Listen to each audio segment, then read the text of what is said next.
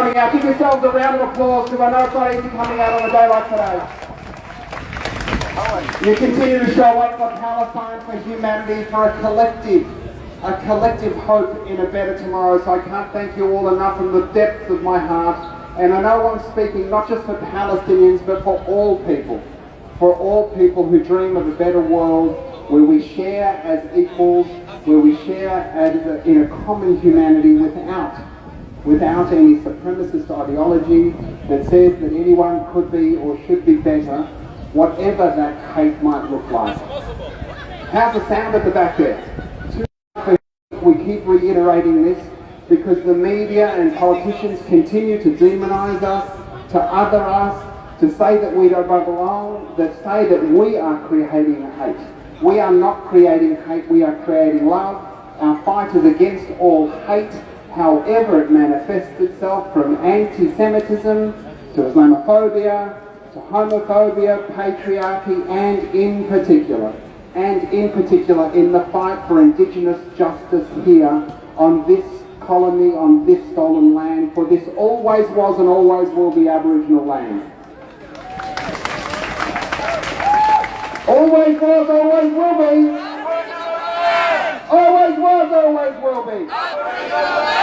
Indeed, my friends, and it's so important that we realise that the fight for Palestine is a fight that intersects with so many other struggles against colonial enterprises wherever they may be.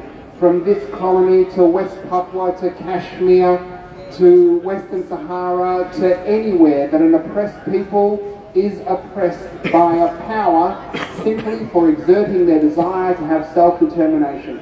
Shame on the West for allowing it to happen, shame on the Murdochracy, and shame on our government for participating in it. My friends, I know how hot it is. We're going to do a bridge march down through Lonsdale, across Elizabeth, and then up here in Latrobe. Just a very quick wrap up at the end. We're going to try and keep marching as fast as we can to get you home and out of this heat. Make sure you try and find some shade. Make sure you stay hydrated. If you're feeling unwell, please just take a seat, put your hand up, somebody will come to your aid. We've got medics here, and you're surrounded by the best of humanity. They'll take care of you. Do not overexert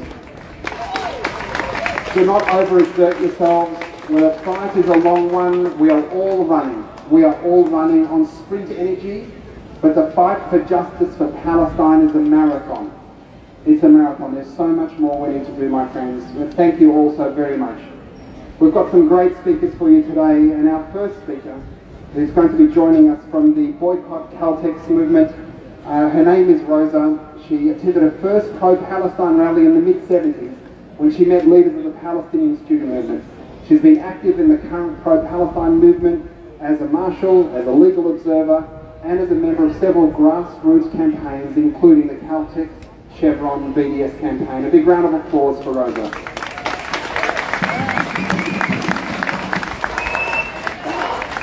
Thank you. I speak today on the unceded lands of the Wurundjeri Woiwurrung people of the Kulin Nation, and I pay my respect to their elders past, present and emerging, always was, always will be Aboriginal land. My name's Rosa, and I'm speaking today on behalf of the Boycott Caltex campaign.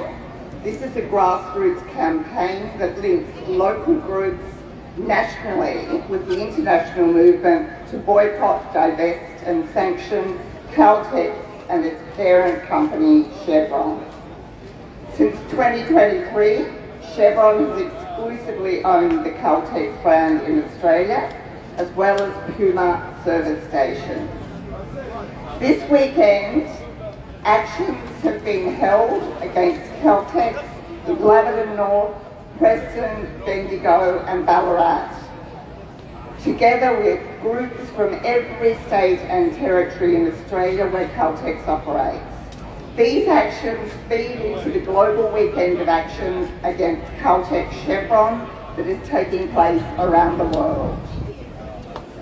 So why are Caltex Chevron the number one targets of the BDS campaign? I mean, it's not that easy to be number one on the BDS list. It's harder than making it to the top 100 of Triple J. But Caltex have done it. BDS targets are measured against 3 criteria, and Caltex come up trumps against all 3. These are the level of complicity involved, the potential for forming a broad cross-movement coalition against the target, and the possibility of success. So how does Chevron Caltex measure up on the complicity front? Chevron has fueled the genocide in Gaza as Israel has bombed hospitals, homes, universities and UN schools in Gaza. Meanwhile, Chevron's gas fields in the Mediterranean Sea keep the genocide running. Quite simply, without Chevron's power supply, the genocide would end. Chevron is complicit in apartheid Israel's practice of depriving the Palestinian people of control over their natural resources.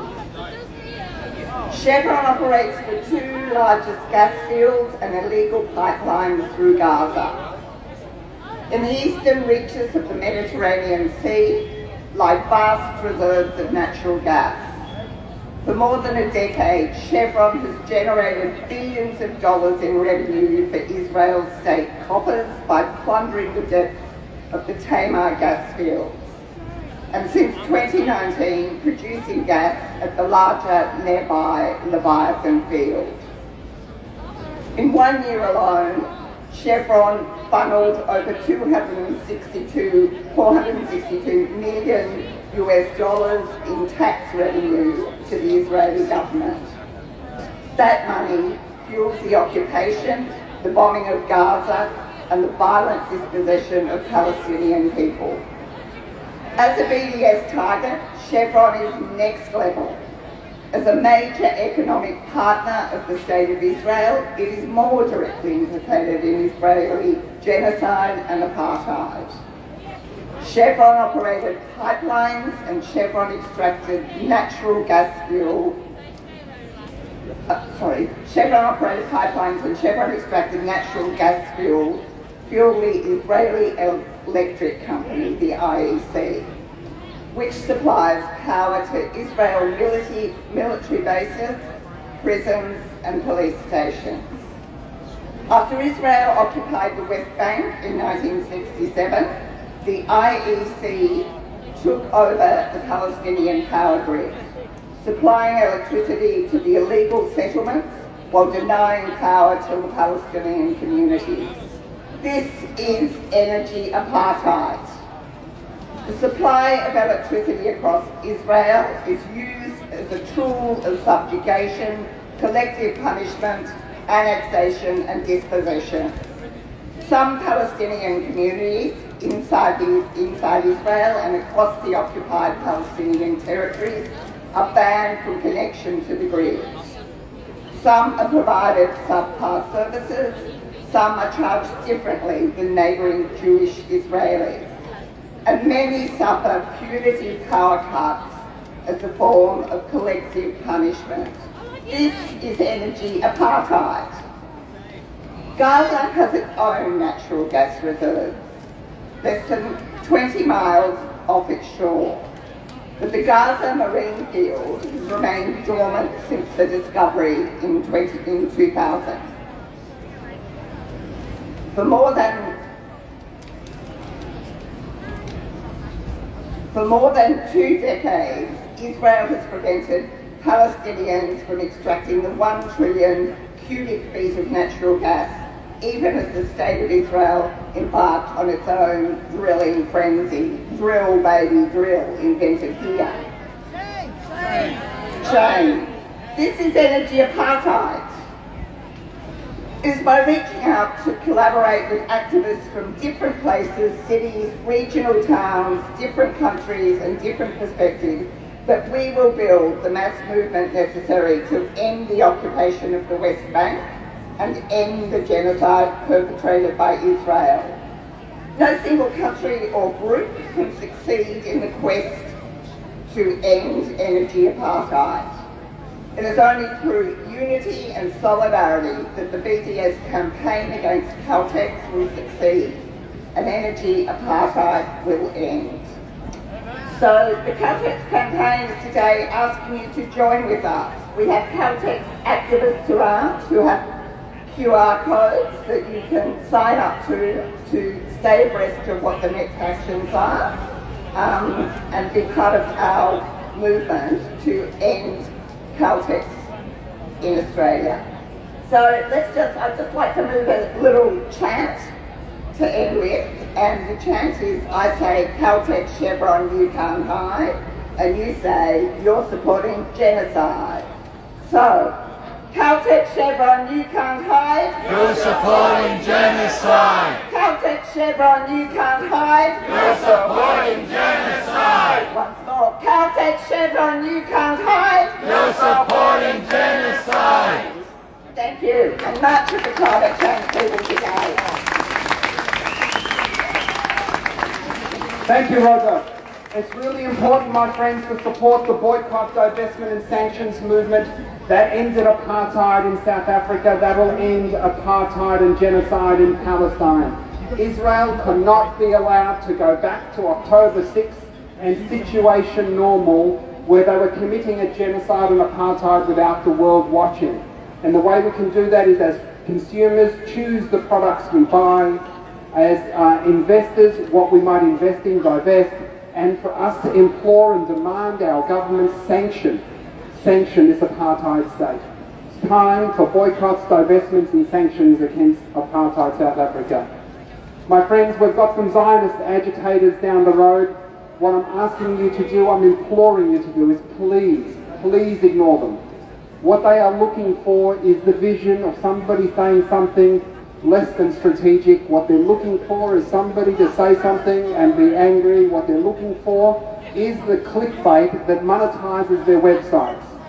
Remember why we are here. We are here in a response of collective humanity against the hate that they manifest, against the ideology of supremacism that says that one person is better than another. That hate is exemplified in Zionism, not Judaism, which is why our fight is with that racist ideology that says that one people have a right greater than somebody else's. Shame. Now, if you have marshalled before, my friends, if you have marshalled before, we're short on marshals. Please come to the back of the tent here. I'd really appreciate some help there with the marshalling. And thank you again, as always, to our marshals who continue to do such a great job. And our audio crew. How good are our audio crew? I'll be performing a concert in some time in the future, and the Renegade crew will be, you'll be able to listen to me sing Elvis Presley and other stuff great. Next up, we've got Sue Bolton, who's a City of Marybeth councillor and member of the Socialist Alliance. Sue initiated the first pro-Palestine BDS motion at Victorian Council, where it passed. She's been involved in Palestine solidarity for 20 years. It's more than that, Sue. It's more than that. For more than 20 years, I've known Sue for longer than that. She's a trade unionist and a refugee rights activist. A big round of applause for Sue Bolton, everyone. From the river to the sea, Palestine will be free. From the river to the sea, Palestine will be free. So the ceasefire is a victory for the Palestinian resistance movement, the resolve and resilience of the Palestinian people, but also the global solidarity movement with Palestine. But it's not permanent yet. And even if the ceasefire becomes permanent, the genocide will continue as long as Israel is allowed to get away with sealing the borders of Gaza. There has to be free movement of people and goods in and out of Gaza in order for Gazan people to be able to recover from this genocide.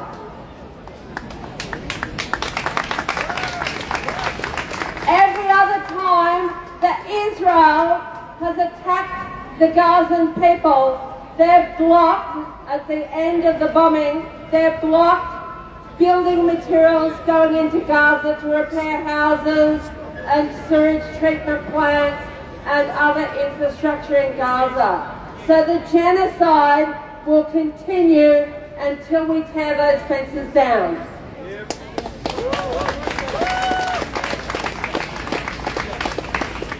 The genocide is also continuing while Israel bans UNRWA, because we also know that UNRWA is the only organisation with the full range of resources to be able to provide hospitals and schools as well as aid and other services because of the blockade and because of the ongoing occupation of Palestinian land. So really the genocide is still continuing as long as UNRWA is banned. We've also seen the transfer of the bombing to West Bank and Jenin. So Israel has not changed its spots. Whether the ceasefire becomes permanent or not will depend on our global solidarity movement continuing to mobilise.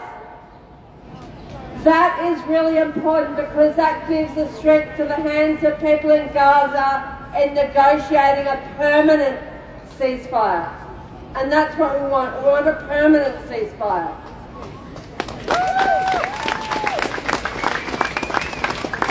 Netanyahu has already been testing public sentiment in Israel about not implementing the second and third stages of the ceasefire, saying it doesn't need to be a permanent ceasefire. So we know that Israel doesn't have good intentions here. It is going to be up to us to support the Palestinian movement. Yes. And recently the ALP government has said that they've consistently been part of the international call for ceasefire. Well, my memory is different.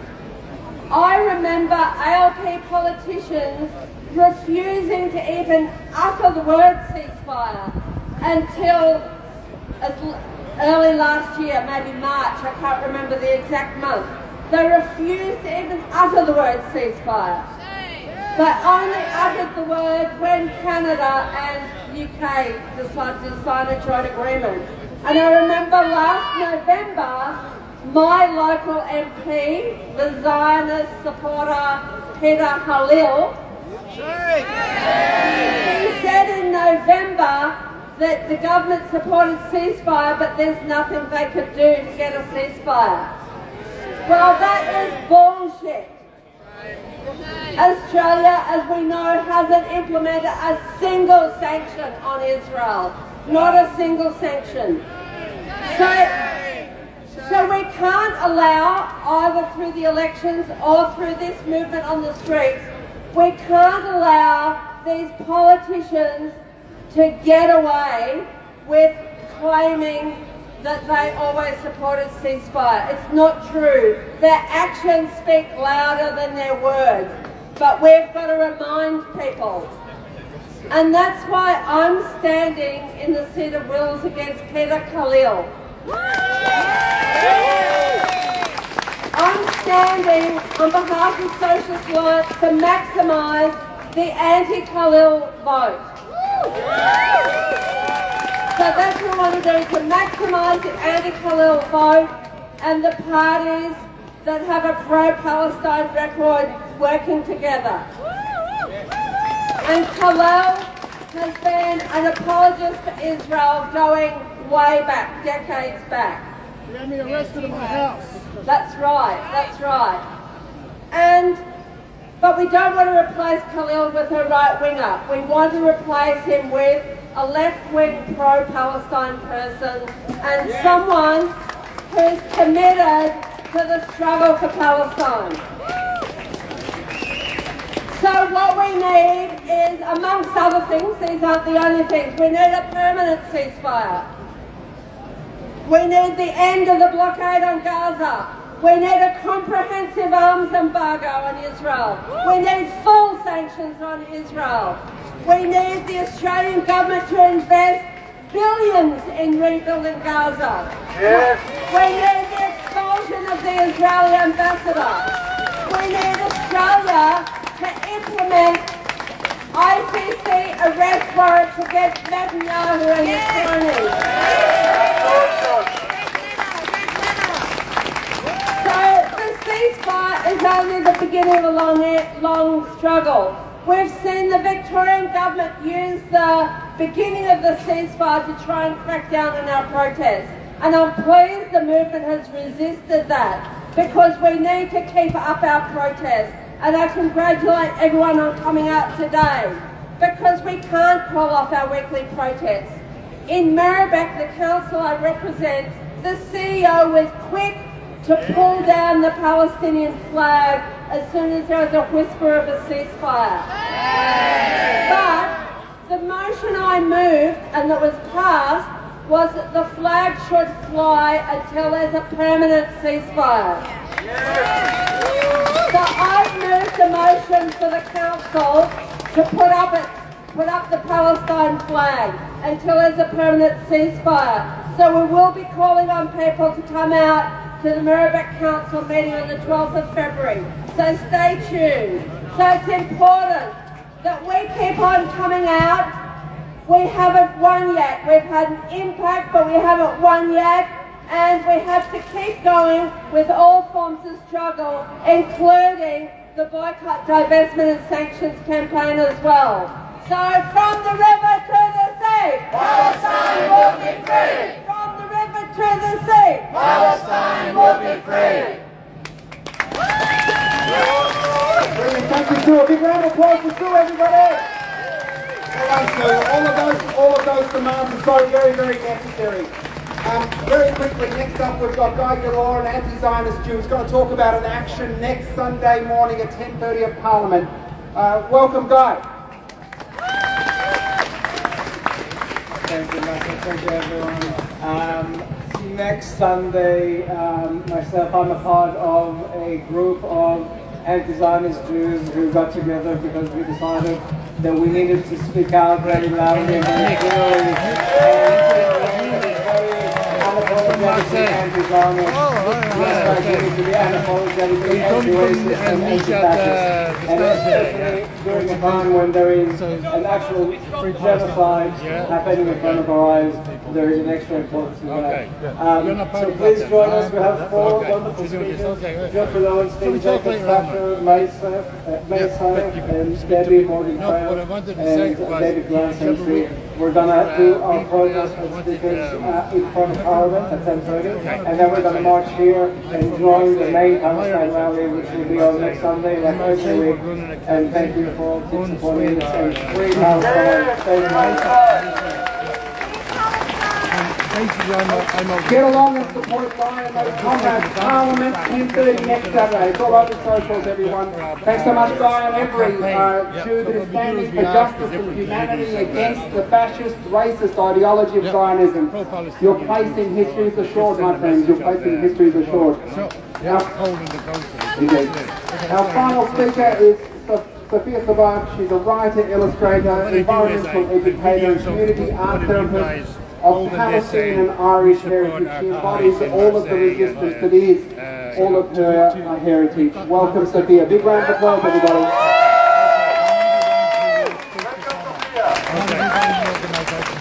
always was, always will be. Aboriginal land! Always was, always will be. Aboriginal land! From the river to the sea, Palestine will be free!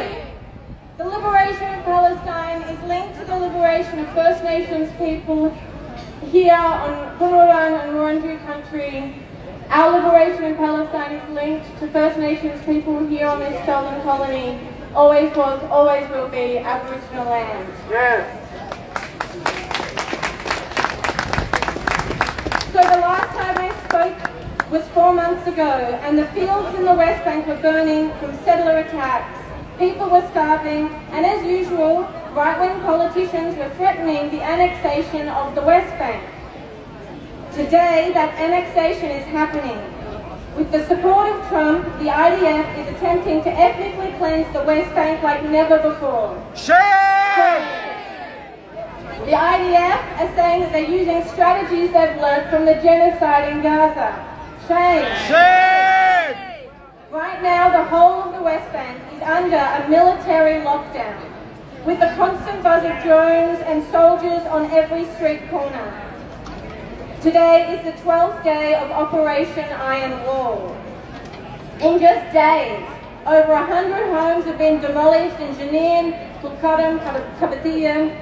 Over 15,000 Palestinians, 80% of Jenin camp, have been violently forced to flee their homes. Shame!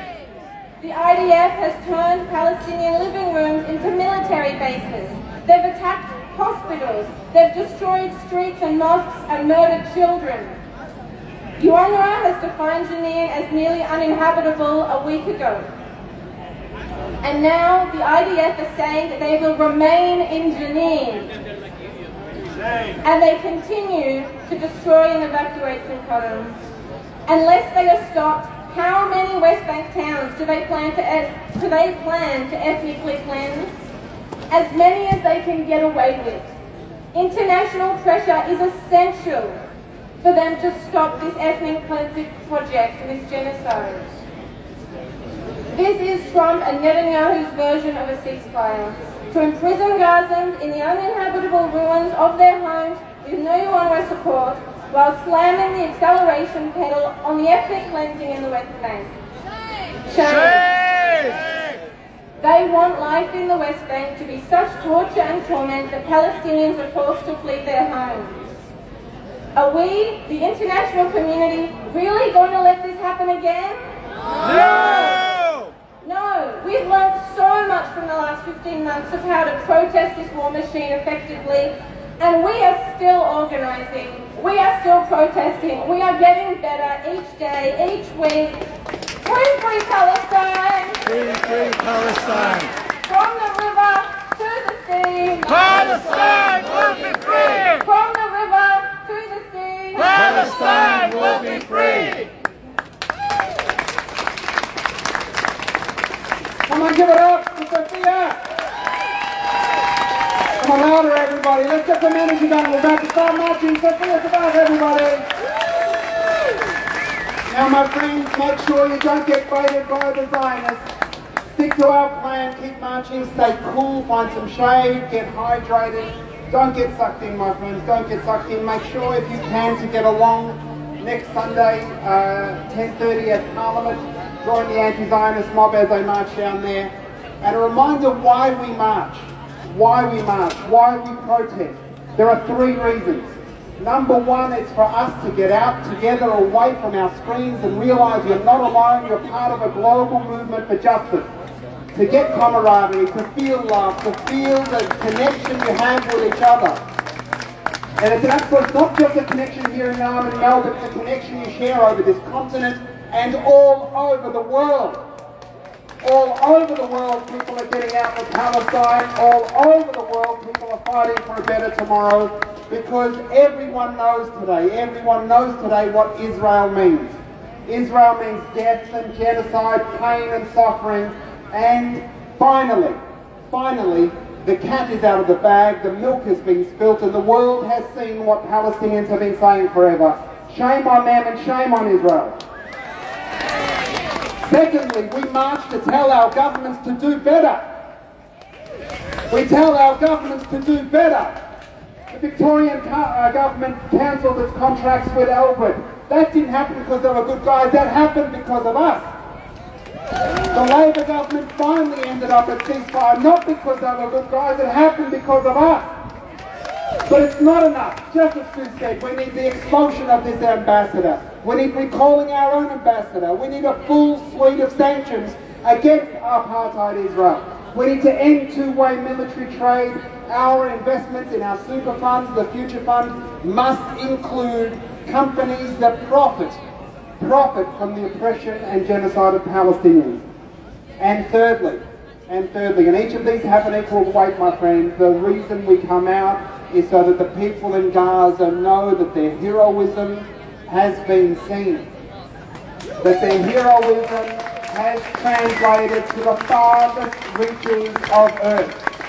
That their steadfastness has touched us here on the other side of the planet. That we know that our freedom is incomplete without theirs. Now, my friends, the world has seen this butchery. Tens of thousands, hundreds of thousands of Palestinians killed.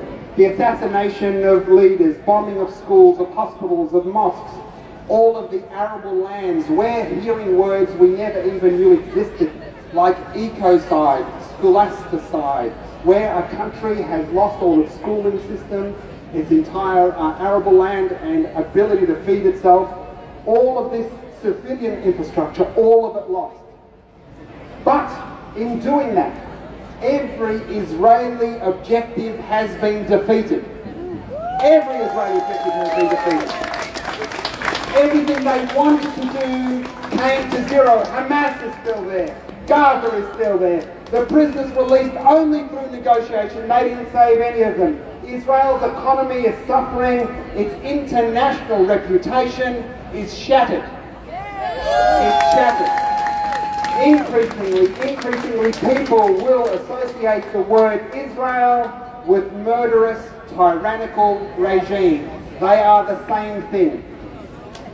We always knew that this was not about destroying Hamas. We always knew this was about destroying Gaza and making it uninhabitable. And Israel would try and spin this into some way that they won. But they didn't win. Donald Trump said he was going to speak to Sisi and Abdullah of Jordan and Egypt and move 1 million Palestinians either side, as if it were chess pieces to be moved around. Shame. And he was rebuffed. There was the talk of the 10th city being built in the Sinai for the Palestinians to be sent to. They're not going anywhere. We saw the images of Palestinians marching north back to their homes. Homes they know they are not there. Back to find the bodies and the decomposing remains of relatives to give them the dignity they deserve, to rebuild the homes, to rebuild their lives, to stay and remind everyone that they are unbroken and unconquered. And the Gazans remain as a powerful reminder to all oppressed people all over the world of indigenous connection to land is greater than military might. Greater than military might. The weapons, the tonnage that has been dropped on Gaza is the equivalent of 6 or 7 Hiroshima bombs. 6 or 7 Hiroshima bombs. Abandoned by the entire world. Militarily, diplomatically, media-wise, the Palestinians stood resolute, empowered by people power just like you. They drew their strength from rallies like this and actions and protests and stuff all over the world. That's why it's so important we keep on going. In the 1970s, a brilliant Palestinian poet, his pen was his weapon, and that was a threat to the Israelis, so they assassinated him. Ghassan Kanafani. He said, "We achieved proving that this nation is going to continue fighting until victory. We achieved that our people can never be defeated. We achieved teaching every single person in this world that we are a small, brave nation who are going to fight until the last drop of blood to put justice for ourselves after the world failed to give it to us." That is what we have achieved. That is what Gaza has achieved. My heart, my friends, my heart as your hearts is broken, it hurts and it pains for the suffering of the Palestinians, but I know this with absolute certainty, that these beautiful people, these exemplars of humanity have taught the world something, and that is that they're unbroken and unconquered, and they are the best of humanity. And that Gaza and Palestine will rise again, my friends. Gaza and Palestine will rise again from the river to the sea. From the river to the sea. Let's go, my friends. Let's start marching. Free, free Palestine. Free, free, free Palestine. Free, free, free Palestine. Free, free Palestine. Free, free, free Palestine. Palestine. Free, free, free Palestine. From the river to the sea. Palestine will be free. From the sea to the river. Yeah, this is probably the best starting point.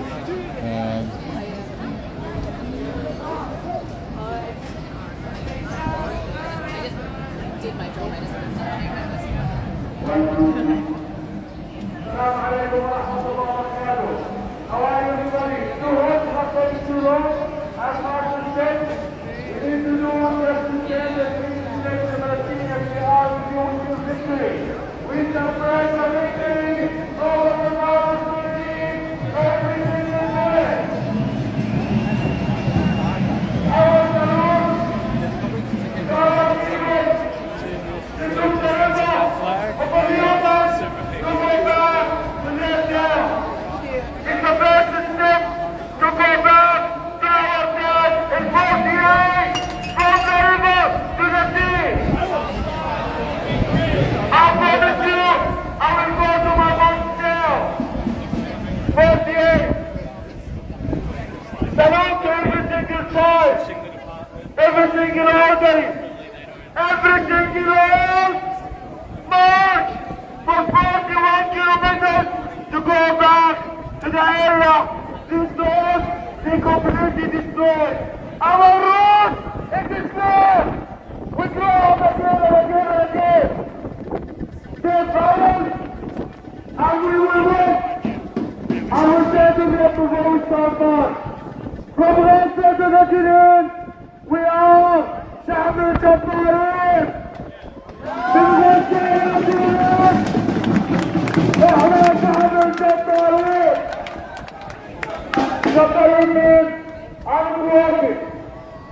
Japanese means the strongest, the anti-Zionist people.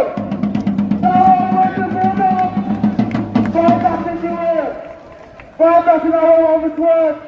Fight us in our workplaces. Fight us with our food of our children everywhere in the world. We stand up and we will win. And we will win. Thank you for everybody listening.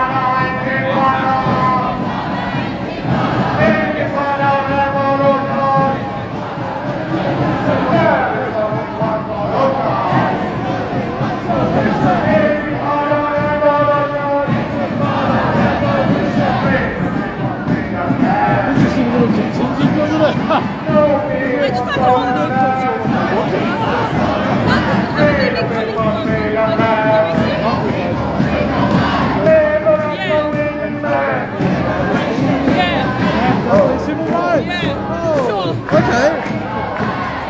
Au revoir, thank you everyone, love you all.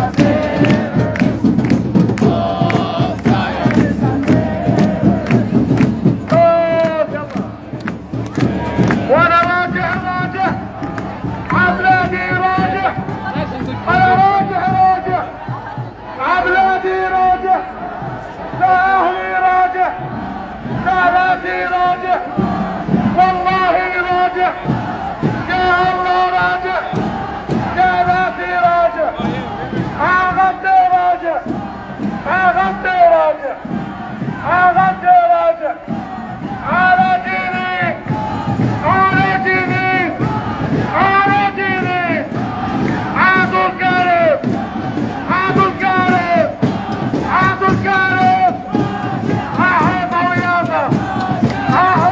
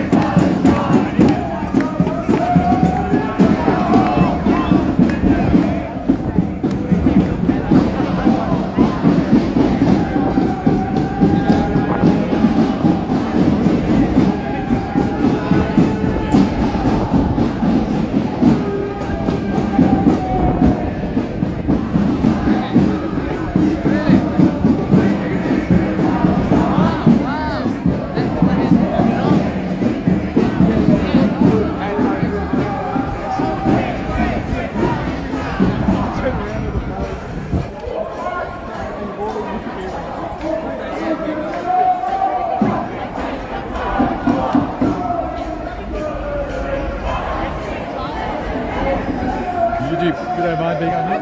You don't mind being on here? There you going, good? Alright. I said something.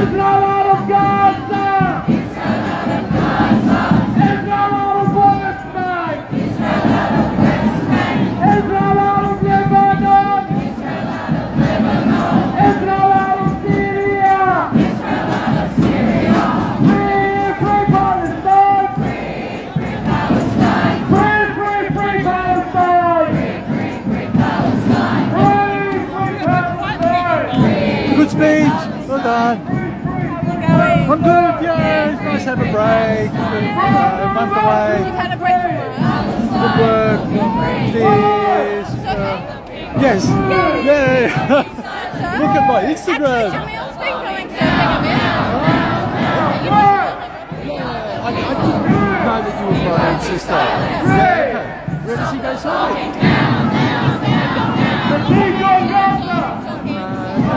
Yeah, I should kind of make it because the beaches have been brilliant surf-wise. Like, so everyone's totally frustrated. So I've been surfing and I met the artificial pools. Yeah, there's always a line there. Have a look at my Instagram account. There's a little picture there. Shut it down. Shut it down. Holding up Syria. Holding up Yemen. Yemen's not a Palestine. The occupation. The occupation. Hold up system. Hold up system. Hold up system. Hold up system. Hold up system. Free Palestine. Free Palestine. Free Gaza. Free Jerusalem. Free Palestine. Our existence. Our existence. Our existence. Our existence. Resistance is justified. Resistance is justified. When people are occupied. Resistance is justified. When people are occupied. Resistance is justified. When Palestine is occupied. When Palestine is occupied. When Palestine is occupied.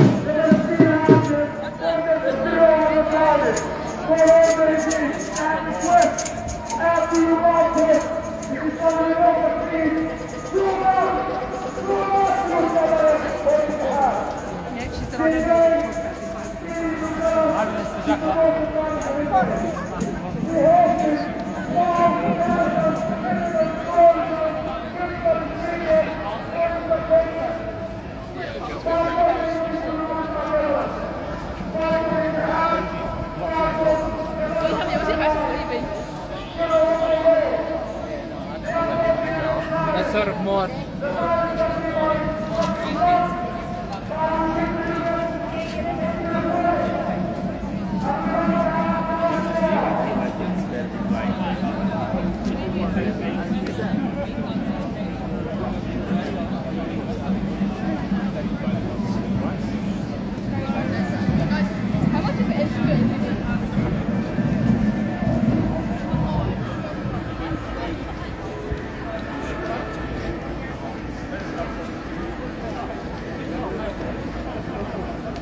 Thanks everyone, see you all again next week.